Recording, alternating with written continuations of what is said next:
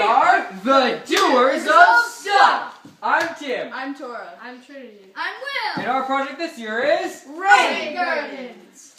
Rain gardens help the environment by reducing urban stormwater runoff, which consists of water flowing across various filthy roofs, roads, and other urban surfaces, and instead of being absorbed back into the groundwater, it picks up pollutants to carry wherever it flows. It ends up mostly in lakes, rivers, and estuaries, which are consequently contaminated with whatever was lying on the roof, road, or other urban surface when the stormwater crossed it. In addition, most storm drains don't go into sewers like you'd expect. They simply dump out into rivers and streams with little or no filtration on the runoff. According to the New York State Department of Environmental Conservation, urban stormwater runoff is identified as a major source for 37% of all bodies of water assessed as impaired. This is a big problem, but it can be mitigated by constructing rain gardens, which absorb the stormwater before it can pick up pollutants and carry them to other water bodies.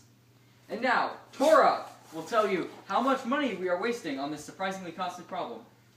A small percent of the runoff that Tim talked about goes to the wastewater treatment plant, which, when we toured it, they told us that their water is treated at $17,000 a day and then released into the river. Now, there's a second part of the process that I will be talking about for my part of the presentation. Now, when most people water their garden, they use either a hose or an irrigation system. Now, this water has come from the river to the water treatment plant to whatever they're using to water their garden.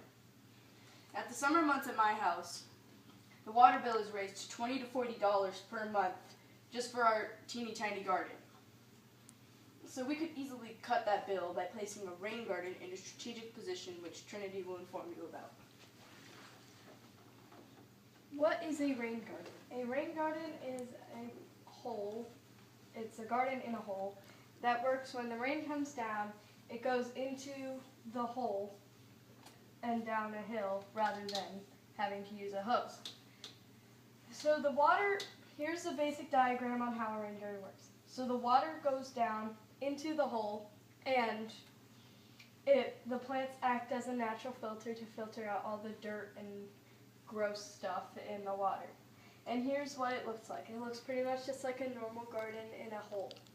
And how to make a rain garden. First you find a location, measure drainage, then create a design, then choose plants, lay out a garden, dig the garden, prepare the soil, plant the flowers and grasses, then mulch the garden, and then wait for the rain to come and water your garden.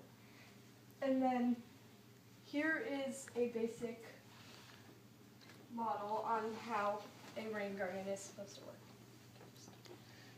And basically the rain comes down and then goes into the garden and waters the garden for you. And next, Will with awareness.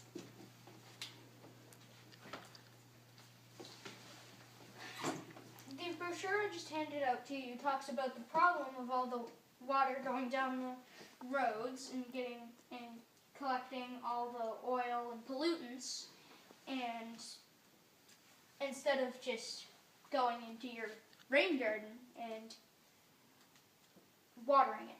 So it also talks about the solution of rain gardens, catching most of the water before it goes onto the road and has a chance to get oil and the pollutants in it. And we handed out that brochure at grocery stores, libraries, and municipal offices of Holden and Fitchburg. So this has been the Doers of Stuff and our speech about Rain Gardens!